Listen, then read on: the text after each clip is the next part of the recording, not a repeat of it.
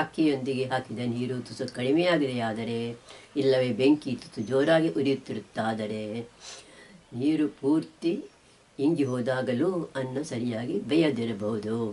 ಇಂತಹ ಸಂದರ್ಭಗಳಲ್ಲಿ ಅನ್ನದ ಮೇಲೆ ಸ್ವಲ್ಪ ನೀರು ಚಿಮುಕಿಸಿ ಚೆನ್ನಾಗಿ ಮಗುಚಿ ಮುಚ್ಚಳ ಮುಚ್ಚಿ ಚಿಕ್ಕ ಉರಿಯಲ್ಲಿ ಇನ್ನೂ ಸ್ವಲ್ಪ ಹೊತ್ತು ಬೇಯಿಸಲು ಬಿಡಬೇಕು. ಹೀಗೆ ಚಿಮುಕಿಸಿರುವ ನೀರು ಆರುವಷ್ಟು ಹೊತ್ತಿಗೆ ಅನ್ನ ಉದುರುದುರಾಗಿ ಬೆಂದಿರುತ್ತದೆ. ನೀರು ಹಾಕಿದ್ದು ಹೆಚ್ಚಾಗಿದೆಯಾದರೆ ಅನ್ನ ಬೆಂದಾಗಲೂ ಸ್ವಲ್ಪ ತಿಳಿ ಆರದೆ ಉಳಿದಿರುತ್ತದೆ. ಇದು ಹೆಚ್ಚಿಲ್ಲವಾದಲ್ಲಿ ಪಾತ್ರೆಯನ್ನು ಒಲೆಯಿಂದ ಕೆಳಗೆ ತೆಗೆದಿರಿಸಿದ ಮೇಲೆ 5 ಮಿನಿಟು ಮುಚ್ಚಳವನ್ನು ತೆಗೆದಿರಿಸಿದರಾದರೆ ಅನ್ನದ ಬಿಸಿಗೆ ಆ ತಿಳಿ ಇಂಗಿ ಹೋದೀತು. ಇದಕ್ಕಿಂತಲೂ ಹೆಚ್ಚು ತಿಳಿ ಇದೆಯಾದರೆ ಅನ್ನಕ್ಕೆ ಇನ್ನಷ್ಟು ನೀರು ಸೇರಿಸಿ ಅದನ್ನು ಬಸಿದು ತೆಗೆಯಬಹುದು. ಇಲ್ಲವೇ ಹೆಚ್ಚು ನೀರು ಹಾಕಿ ಗಂಜಿ ಊಟ ಮಾಡಬಹುದು. ಆದರೆ ಗಂಜಿ ಊಟಕ್ಕೆ ಬೆಳ್ತಿಗೆ ಅಕ್ಕಿಗಿಂತಲೂ ಕುಸುಬಲಕ್ಕಿಯೇ ಒಳ್ಳೆಯದು. ಇಂಗಿಸಿದ ಅನ್ನ ಮಾಡುವಾಗ ಕುದಿಯುವ ನೀರಿಗೆ 1 ಚಮಚ ತುಪ್ಪ ಸೇರಿಸಿದರಾದರೆ ಅಷ್ಟು ಬೇಗ ತಳ ಹಿಡಿಯಲಿಕ್ಕಿಲ್ಲ. ಆದರೆ ಈ ರೀತಿ ತುಪ್ಪ ಸೇರಿಸಿದಲ್ಲಿ ಅನ್ನಕ್ಕೆ ಬೇಯಲು ತುಸು ಹೆಚ್ಚು ಹೊತ್ತು ಬೇಕಾದೀತು. ತರಕಾರಿಗಳನ್ನು ಬೇಯಿಸುವುದು. ತರಕಾರಿಗಳನ್ನು ನೀರಿನಲ್ಲಿ ಬೇಯಿಸುವುದು ಹೇಗೆ ಎಂಬುದನ್ನು ಇಲ್ಲಿ ಮೊದಲಿಗೆ ತಿಳಿಸಲಾಗಿದೆ. ಆಮೇಲೆ ಬೇಯಿಸಿದ ತರಕಾರಿಗಳಿಗೆ ಬೇರೆ ಬೇರೆ ಬಗೆಯ ಮಸಾಲೆಗಳನ್ನು ಸೇರಿಸಿ ಸಾಂಬಾರು, ಕಾಯಿ ಹುಳಿ ಮೊದಲಾದ ಊಟಕ್ಕೆ ಬೇಕಾಗುವ ಹಲವಾರು ಬಗೆಯ ಮುಖ್ಯ ತಿನಿಸುಗಳನ್ನು ತಯಾರಿಸುವುದು ಹೇಗೆ ಎಂಬುದನ್ನು ತಿಳಿಸಲಾಗುತ್ತದೆ. ಸ್ವರ್ಣಗಡ್ಡೆ, ಗೆಣಸು, ಕಿಸು, ಆಲೂಗಡ್ಡೆ ಮೊದಲಾದವುಗಳನ್ನು ಒಂದು ಗಡುಸಾದ ಬ್ರಷ್ಷಿಂದ ಚೆನ್ನಾಗಿ ತಿಕ್ಕಿ ನಲ್ಲಿಯ ಕೆಳಗೆ ಹಿಡಿದು ತೊಳೆದಿರಾದರೆ ಆಮೇಲೆ ಅವನ್ನು ತುಂಡು ಮಾಡುವಾಗ ಹೆಚ್ಚು ಸಿಪ್ಪೆಯನ್ನು ಕತ್ತರಿಸಿ ಹಾಕಬೇಕಾಗುವುದಿಲ್ಲ. ಆದಷ್ಟು ಮಟ್ಟಿಗೆ ತರಕಾರಿಗಳನ್ನು ನೀರಲ್ಲಿ ನೆನೆ ಹಾಕದಿರುವುದೇ ಒಳ್ಳೆಯದು. ಯಾಕೆಂದರೆ ತರಕಾರಿಗಳಲ್ಲಿ ತುಂಬ ಕಡಿಮೆ ಪ್ರಮಾಣದಲ್ಲಿರುವ ಸಿಹಿ ಅಂಶ ಮತ್ತು ಅವುಗಳದ್ದೇ ಆದ ವಾಸನೆಯನ್ನು ಕೊಡುವ ಎಣ್ಣೆಯ ಅವನ್ನು ನೆನೆ ಹಾಕಿದ ನೀರಿನಲ್ಲಿ ಕರಗಿ ಹೋಗುತ್ತವೆ ಮತ್ತು ತರಕಾರಿಗಳು ಸತ್ವಹೀನವಾಗಿ ಬಿಡುತ್ತವೆ. ತರಕಾರಿಗಳನ್ನು ತುಂಡು ಮಾಡುವಾಗ ಆದಷ್ಟು ಮಟ್ಟಿಗೆ ಎಲ್ಲ ತುಂಡುಗಳು ಒಂದೇ ಗಾತ್ರದೊಳಗಿರುವಂತೆ ನೋಡಿಕೊಳ್ಳಬೇಕು. ಓರೆಕೋರೆಯಾಗಿ ತುಂಡು ಮಾಡಿರುವ ತರಕಾರಿ ನೋಡಲು ಅಷ್ಟೊಂದು ಚೆನ್ನಾಗಿರುವುದಿಲ್ಲ ಎಂಬುದೊಂದು ವಿಷಯ. ಅದಕ್ಕಿಂತಲೂ ಮುಖ್ಯವಾಗಿ ತುಂಡುಗಳು ಬೇರೆ ಬೇರೆ ಗಾತ್ರದೊಳಗಿವೆ ಆದರೆ ಅವುಗಳನ್ನು ಬೇಯಿಸುವಾಗ ದೊಡ್ಡ ತುಂಡುಗಳು ಸರಿಯಾಗಿ ಬೇಯುವಷ್ಟರಲ್ಲಿ ಚಿಕ್ಕ ತುಂಡುಗಳು ಹೆಚ್ಚು ಬೆಂದು ಮುದ್ದೆಯಾಗಿ ಬಿಟ್ಟಿರುತ್ತವೆ. ಹಾಗಾಗಿ ಎಲ್ಲ ತುಂಡುಗಳು ಒಂದೇ ಆಕಾರ ಮತ್ತು ಗಾತ್ರಗಳು ಆಗಿರುವಂತೆ ತುಸು ಮನಸ್ಸಿಟ್ಟು ತುಂಡರಿಸಿರಿ. ತರಕಾರಿಗಳನ್ನು ತುಂಡು ಮಾಡಲು ಮೊಂಡು ಚೂರಿ ಇಲ್ಲವೇ ಈಳಿಗೆ ಮಣೆಯನ್ನು ಬಳಸಿದರಾದರೆ ಪ್ರತಿಯೊಂದು ಬಾರಿ ತುಂಡು ಮಾಡುವಾಗಲೂ ಹೆಚ್ಚು ಎಣಿಕೆಯಲ್ಲಿ ತರಕಾರಿಯ ಕಣಗಳು ಒಡೆದು ಹೋಗುತ್ತವೆ. ಇದರಿಂದಾಗಿ ಹೆಚ್ಚು ಕಣಗಳಿಗೆ ಗಾಳಿ ತಾಗಿ ಅವುಗಳಲ್ಲಿರುವ ಜೀವಸತ್ವಗಳು ಹೆಚ್ಚಿನ ಪ್ರಮಾಣದಲ್ಲಿ ನಷ್ಟವಾಗುತ್ತದೆ. ಹಾಗಾಗಿ ಒಳ್ಳೆಯ ಹರಿತವಾದ ಚೂರಿ ಇಲ್ಲವೇ ಈಳಿಗೆ ಮಣೆಯನ್ನು ಬಳಸಿ ತುಂಡು ಮಾಡುವ ಕೆಲಸವನ್ನು ಸುಲಭ ಮಾಡಿಕೊಳ್ಳಿರಿ ಮತ್ತು ಹೆಚ್ಚು ಜೀವಸತ್ವಗಳನ್ನು ಉಳಿಸಿಕೊಳ್ಳಿರಿ. ಗಡ್ಡೆ ಗೆಣಸುಗಳಲ್ಲೆಲ್ಲ ಜೀವಸತ್ವಗಳಿರುವುದು ಅವುಗಳ ಸಿಪ್ಪೆ ತಳದಲ್ಲಿ. ಹಾಗಾಗಿ ಬೇಯಿಸುವ ಮೊದಲೇ ಅವುಗಳ ಸಿಪ್ಪೆ ತೆಗೆಯುವುದೆಂದರೆ ಈ ಜೀವಸತ್ವಗಳನ್ನೆಲ್ಲ ನೇರವಾಗಿ ಕಸದ ಬುಟ್ಟಿಗೆ ಎಸೆಯುವುದೆಂದೇ ಹೇಳಬಹುದು. ಹಾಗಾಗಿ ಆದಷ್ಟು ಮಟ್ಟಿಗೆ ಅವನ್ನು ಸಿಪ್ಪೆ ತೆಗೆಯದೇನೆ ಬೇಯಿಸಬೇಕು. ಆಲೂಗಡ್ಡೆಯ ಸಿಪ್ಪೆ ತೆಗೆದು ಗಾಳಿಗೆ ಹಾಗೆಯೇ ಬಿಟ್ಟರೆ ಅದರಲ್ಲಿರುವ ಸಿ ವಿಟಮಿನ್ ನಷ್ಟವಾಗುತ್ತದೆ ಮತ್ತು ಅದು ಬಣ್ಣಗೆಡುತ್ತದೆ. ಕೂಡಲೇ ನೀರಿಗೆ ಹಾಕಿದರೆ ಹೀಗಾಗುವುದನ್ನು ಸ್ವಲ್ಪ ಮಟ್ಟಿಗೆ ತಪ್ಪಿಸಬಹುದು. ಬೆಂಡೆಕಾಯಿಯನ್ನು ಕತ್ತರಿಸುವ ಮೊದಲೇ ನೀರಿನಲ್ಲಿ ಚೆನ್ನಾಗಿ ತೊಳೆದು ಒಂದು ಬಟ್ಟೆಯಲ್ಲಿ ಒರೆಸಿದರಾದರೆ ಆಮೇಲೆ ಕತ್ತರಿಸಿದ ತುಂಡುಗಳನ್ನು ನೀರಿನಲ್ಲಿ ತೊಳೆಯಬೇಕಾಗುವುದಿಲ್ಲ. ಹೀಗೆ ಮಾಡುವುದರಿಂದ ಅವು ಲೋಳೆಯಾಗುವುದನ್ನು ತಪ್ಪಿಸಬಹುದು. ಮೆಣಸಿನಕಾಯಿ ತುಂಡು ಮಾಡುವಾಗ ಕೈಗೆ ಸ್ವಲ್ಪ ಎಣ್ಣೆ ಸವರಿಕೊಂಡರೆ ಕೈ ಉರಿಯುವುದಿಲ್ಲ.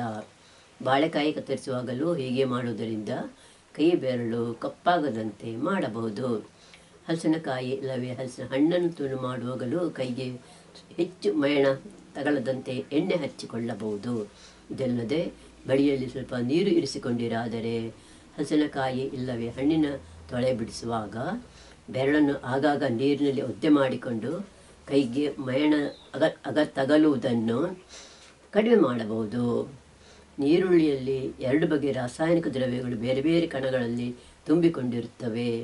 ಅದನ್ನು ಕತ್ತರಿಸುವಾಗ ಈ ಕಣಗಳು ಒಡೆದು ಹೋಗಿ ಅವೆರಡೂ ದ್ರವ್ಯಗಳು ಒಟ್ಟು ಸೇರುತ್ತವೆ ಮತ್ತು ಕಣ್ಣಿನಲ್ಲಿ ನೀರು ಬರಿಸುವಂತಹ ಮತ್ತು ಕಟುವಾದ ವಾಸನೆ ಕೊಡುವಂತಹ ಹೊಸದೊಂದು ಅನಿಲ ಉಂಟಾಗಿ ಗಾಳಿಯಲ್ಲಿ ತುಂಬಿಕೊಳ್ಳುತ್ತದೆ. ನೀರುಳ್ಳಿಯನ್ನು ಕತ್ತರಿಸುವಾಗ ಈ ರೀತಿಯ ಅನಿಲ ಹೆಚ್ಚು ಉಂಟಾಗದಂತೆ ನೋಡಿಕೊಂಡಿರಾದರೆ ಕಣ್ಣಿನಲ್ಲಿ ನೀರು ಬರುವುದನ್ನು ಕಡಿಮೆ ಮಾಡಬಲ್ಲಿರಿ. ಇದಕ್ಕಾಗಿ ನೀರುಳ್ಳಿಯನ್ನು ತಣ್ಣೀರಿನಲ್ಲಿ ಮುಳುಗಿಸಿ ಹಿಡಿದು ಕತ್ತರಿಸಬಹುದು. ಇಲ್ಲವೇ ತುಸು ಹೊತ್ತು ರೆಫ್ರಿಜರೇಟರ್ನಲ್ಲಿ ಇರಿಸಿ ತಣ್ಣಗೆ ಮಾಡಿ ಕತ್ತರಿಸಬಹುದು.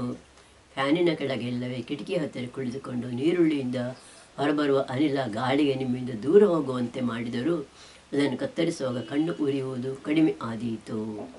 ಸಾಂಬಾರಿಗೆ ಬಳಸುವ ಚಿಕ್ಕ ನೀರುಳ್ಳಿಯನ್ನು ತುಸು ಹೊತ್ತು ಬಿಸಿನೀರಿನಲ್ಲಿ ಹಾಕಿ ಇರಿಸಿದರಾದರೆ ಅದರ ಸಿಪ್ಪೆ ತೆಗೆಯುವ ಕೆಲಸ ಸುಲಭವಾಗುತ್ತದೆ. ಈರುಳ್ಳಿಯನ್ನು ಕತ್ತರಿಸಿದೊಡನೆ ಅಡಿಗೆಗೆ ಬಳಸಿಕೊಳ್ಳಿರಿ. ಅದನ್ನು ಕತ್ತರಿಸಿದ ಮೇಲೆ ಹಾಗೆಯೇ ಇರಿಸಿದಲ್ಲಿ ಅದು ವಾತಾವರಣದಲ್ಲಿರುವ ಕೀಟಾಣುಗಳನ್ನೆಲ್ಲ ತನ್ನತ್ತ ಸೆಳೆದುಕೊಂಡೀತು. ಕ್ಯಾರೆಟು, ಬೀನ್ಸು, ತೊಂಡೆಕಾಯಿ ಮೊದಲಾದ ಗಟ್ಟಿ ತರಕಾರಿಗಳನ್ನು ಬೇಯಿಸಲು ಹೆಚ್ಚು ಸಮಯ ತಗಲುತ್ತದೆ ಮತ್ತು ಟೊಮೆಟೊದಂತಹ ಮೆತ್ತಗಿನ ತರಕಾರಿಗಳನ್ನು ಬೇಯಿಸಲು ತುಂಬ ಕಡಿಮೆ ಸಮಯ ಸಾಕಾಗುತ್ತದೆ. ಕುಂಬಳಕಾಯಿ, ಸೌತೆಕಾಯಿ ಮೊದಲಾದವು ಇವುಗಳ ನಡುವೆ ಬರುತ್ತವೆ. ಬೇರೆ ಬೇರೆ ಬಗೆಯ ತರಕಾರಿಗಳನ್ನು ಒಟ್ಟಿಗೆ ಬೇಯಿಸುತ್ತಿದ್ದಲ್ಲಿ ಹೆಚ್ಚು ಸಮಯ ತಗಲುವ ತರಕಾರಿಗಳನ್ನು ಮೊದಲೇ ಸ್ವಲ್ಪ ಮಟ್ಟಿಗೆ ಬೇಯಿಸಿಕೊಂಡು ಆಮೇಲೆ ಅವುಗಳೊಂದಿಗೆ ಕಡಿಮೆ ಸಮಯ ತಗಲುವ ಮೆತ್ತಗಿನ ತರಕಾರಿಗಳನ್ನು ಸೇರಿಸಿ ಬೇಯಿಸಬೇಕು. ಇಲ್ಲವಾದರೆ ಗಟ್ಟಿ ತರಕಾರಿಗಳು ಬೇಯುವ ಹೊತ್ತಿಗೆ ಅವುಗಳೊಂದಿರುವ ಮೆತ್ತನೆಯ ತರಕಾರಿಗಳು ಹೆಚ್ಚಿಗೆ ಬೆಂದು ಮುದ್ದೆಯಾಗಿ ಬಿಟ್ಟಿರುತ್ತವೆ. ತರಕಾರಿ ಸರಿಯಾಗಿ ಬೆಂದಿದೆ ಎಂದು ಹೇಳಬೇಕಾದರೆ ಅದರ ತುಂಡುಗಳು ಮೆತ್ತಗಾಗಿರಬೇಕು. ಆದರೆ ಒಂದಕ್ಕೊಂದು ಅಂಟಿಕೊಂಡಿರಬಾರದು. ಇಲ್ಲವೇ ಒಡೆದೋಗಿ ಚೂರು ಚೂರು ಆಗಿರಬಾರದು. ತುಂಡುಗಳ ಆಕಾರ ಆದಷ್ಟು ಮಟ್ಟಿಗೆ ತರಕಾರಿಯನ್ನು ಕತ್ತರಿಸಿದಾಗ ಹೇಗಿತ್ತೋ ಹಾಗೆಯೇ ಉಳಿದಿರಬೇಕು.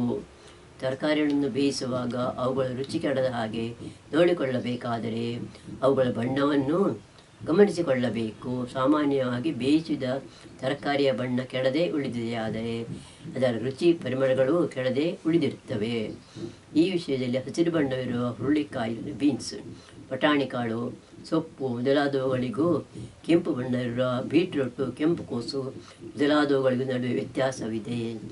ಬೇಯಿಸುವಾಗ ನಿಂಬೆರಸ, ವಿನೆಗರ್ ಮೊದಲಾದ ಹುಳಿ ಸೇರಿಸಿದರಾದರೆ ಹಸಿರು ಬಣ್ಣ ತರಕಾರಿಗಳ ಬಣ್ಣ ಕೆಟ್ಟು ಹೋಗುತ್ತದೆ. ಆದರೆ ಕೆಂಪು ಬಣ್ಣದವುಗಳ ಬಣ್ಣ ಹಾಗೆಯೇ ಕೆಡದೆ ಉಳಿಯುತ್ತದೆ. ಹಸಿರು ಬಣ್ಣದ ತರಕಾರಿಗಳನ್ನು ನೇರವಾಗಿ ಕುದಿಯುತ್ತಿರುವ ನೀರಿಗೆ ಹಾಕಿ ಆದಷ್ಟು ಕಡಿಮೆ ಸಮಯದಲ್ಲಿ ಬೇಯುವಂತೆ ಮಾಡಿದಲ್ಲಿ ಅವುಗಳ ಬಣ್ಣ ಹಾಗೆಯೇ ಉಳಿಯುತ್ತದೆ. ಪ್ರೆಷರ್ ಕುಕ್ಕರ್ನಲ್ಲಿ ಇವು ಬಹಳ ಬೇಗ ಬೇಯುವುದಾದ್ದರಿಂದ ಅವುಗಳ ಬಣ್ಣ ಕೆಡದಿರುತ್ತದೆ. ಹಳದಿ ಬಣ್ಣವಿರುವ ಕ್ಯಾರೆಟು, ಕೆಂಪು ಗೆಣಸು ಮೊದಲಾದವುಗಳ ಬಣ್ಣ ಬೇಯಿಸುವುದರಿಂದ ಕೆಟ್ಟು ಹೋಗುವುದಿಲ್ಲ. ಹಾಗಾಗಿ ಬಣ್ಣದ ಮಟ್ಟಿಗೆ ಅವನ್ನು ಹೇಗೆ ಬೇಕಿದ್ದರೂ ಬೇಯಿಸಬಹುದು. ಬಿಳಿ ಬಣ್ಣವಿರುವ ಕುಂಬಳಕಾಯಿ, ಸೌತೆಕಾಯಿ ಮೊದಲಾದವುಗಳು ಉಪ್ಪಿರುವ ತಿನಿಸುಗಳಲ್ಲಿ ಹಳದಿ ಬಣ್ಣಕ್ಕೆ ತಿರುಗುತ್ತವೆ. ಹುಳಿ ಸೇರಿಸಿ ಬೇಯಿಸಿದಲ್ಲಿ ಇವು ಬಣ್ಣ ಕೆಡದಿರುತ್ತವೆ. ಆದರೆ ಬೇಯಿಸಿದ್ದು ಹೆಚ್ಚಾದಲ್ಲಿ ಇವು ಬಿಳಿ ಹೋಗಿ ಬೂದು ಬಣ್ಣಕ್ಕೆ ತಿರುಗುತ್ತವೆ. ಎಲೆಕೋಸು, ಕಾಲಿಫ್ಲವರು, ನೀರುಳ್ಳಿ ಮೊದಲಾದ ಇನ್ನೂ ಕೆಲವು ತರಕಾರಿಗಳನ್ನು ಹೆಚ್ಚು ಹೊತ್ತು ಬೇಯಿಸಿದಲ್ಲಿ ಇಲ್ಲವೇ ಹೆಚ್ಚು ಬಿಸಿಗೆ ಒಳಪಡಿಸಿದಲ್ಲಿ ಅವುಗಳಲ್ಲಿರುವ ಗಂಧಕ ದ್ರವ್ಯಗಳು ಒಡೆದು ಹೋಗಿ ಘಾಟು ವಾಸನೆ ಬರಲು ಶುರುವಾಗುತ್ತದೆ. ಈ ರೀತಿ ತರಕಾರಿಗಳಲ್ಲಿರುವ ಗಂಧಕ ದ್ರವ್ಯ ಒಡೆದು ಹೋಗಿದೆಯಾದರೆ ಅವನ್ನು ತಿಂದು ಅರಗಿಸಿಕೊಳ್ಳುವುದು ಸ್ವಲ್ಪ ಕಷ್ಟ. ಹಾಗಾಗಿ ಇಂತಹ ತರಕಾರಿಗಳನ್ನು ಬೇಯಿಸುವಾಗ ಅವುಗಳಲ್ಲಿರುವ ಗಂಧಕ ದ್ರವ್ಯ ಒಡೆದು ಹೋಗೋದಂತೆ ನೋಡಿಕೊಳ್ಳಲು ಈ ಕೆಳಗಿನ ವಿಷಯಗಳನ್ನು ಮನಸ್ಸಿನಲ್ಲಿ ಇಟ್ಟುಕೊಳ್ಳುವುದು ಒಳ್ಳೆಯದು. ಇಂತಹ ತರಕಾರಿಗಳನ್ನು ಹೆಚ್ಚು ಹೊತ್ತು ನೀರಿನಲ್ಲಿ ನೆನೆ ಹಾಕಬೇಡಿರಿ. ಆದಷ್ಟು ಬೇಗನೆ ತೊಳೆದು ಒಡನೆ ಅವನ್ನು ಬೇಯಿಸಲು ತೊಡಗಿರಿ. ಇದನ್ನು 8-10 ಮಿನಿಟುಗಳಿಗಿಂತ ಹೆಚ್ಚು ಹೊತ್ತು ಬೇಯಿಸಬೇಡಿರಿ. ಹಾಗೇನಾದರೂ ಹೆಚ್ಚು ಹೊತ್ತು ಬೇಯಿಸಬೇಕಿದ್ದಲ್ಲಿ ಅವಕ್ಕೆ ತುಸು ಹಾಲು ಸೇರಿಸಿಕೊಂಡರೆ ಅವುಗಳಲ್ಲಿರುವ ಗಂಧಕ ದ್ರವ್ಯಗಳು ಒಡೆದುಕೊಳ್ಳುವುದಿಲ್ಲ. ಯಾಕೆಂದರೆ ಹಾಲಿನಲ್ಲಿರುವ ಪ್ರೋಟೀನಿಗೆ ಗಂಧಕ ದ್ರವ್ಯಗಳು ಒಡೆದು ಹೋಗದಂತೆ ನೋಡಿಕೊಳ್ಳುವ ಶಕ್ತಿ ಇದೆ. ಹೀಗೆ ಹಾಲಿನೊಂದಿಗೆ ಬೆರೆಸಿ ಬೇಯಿಸಿದ ತರಕಾರಿಗಳ ಬಣ್ಣವು ತುಂಬ ಚೆನ್ನಾಗಿ ಉಳಿದಿರುತ್ತದೆ. ಇದನ್ನು ಆದಷ್ಟು ಮಟ್ಟಿಗೆ ಪ್ರೆಷರ್ ಕುಕ್ಕರ್ನಲ್ಲಿ ಬೇಯಿಸದಿರುವುದೇ ಒಳ್ಳೆಯದು. ಯಾಕೆಂದರೆ ಪ್ರೆಷರ್ ಕುಕ್ಕರ್ನಲ್ಲಿ ಅವು ಹೆಚ್ಚು ಬಿಸಿಗೆ ಒಳಪಡುತ್ತವೆ ಮತ್ತು ಇದರಿಂದಾಗಿ ಅವುಗಳಲ್ಲಿರುವ ಗಂಧಕ ದ್ರವ್ಯಗಳು ಬೇಯಿಸುವ ಸಮಯ ಎಷ್ಟು ಕಡಿಮೆಯಾದರೂ ಒಡೆದು ಹೋಗದಿರುವುದಿಲ್ಲ. ಪ್ರೆಷರ್ ಕುಕ್ಕರ್ನ ಮುಚ್ಚಳ ತೆಗೆಯುವಾಗ ಬರುವ ಕೆಟ್ಟ ವಾಸನೆಯಿಂದಲೇ ನಿಮಗೆ ಈ ವಿಷಯ ಗೊತ್ತಾಗದಿರದು. ಇವುಗಳನ್ನು ಬಳಸಿ ಮಾಡುವ ತಿನಿಸುಗಳಿಗೆ ಹುಳಿ ಇಲ್ಲವೇ ವಿನೆಗರ್ ಸೇರಿಸಬೇಕಾಗಿದೆಯಾದರೆ ಅದನ್ನು ತರಕಾರಿಗಳನ್ನು ಬೇಯಿಸಿ ಆದ ಮೇಲೆ ಕೊನೆಯಲ್ಲಿ ಸೇರಿಸುವುದು ಒಳ್ಳೆಯದು. ಯಾಕೆಂದರೆ ಹುಳಿಗೆ ಗಂಧಕ ದ್ರವ್ಯಗಳು ಒಡೆದು ಕೊಳ್ಳುವಂತೆ ಮಾಡುವ ಗುಣವಿದೆ.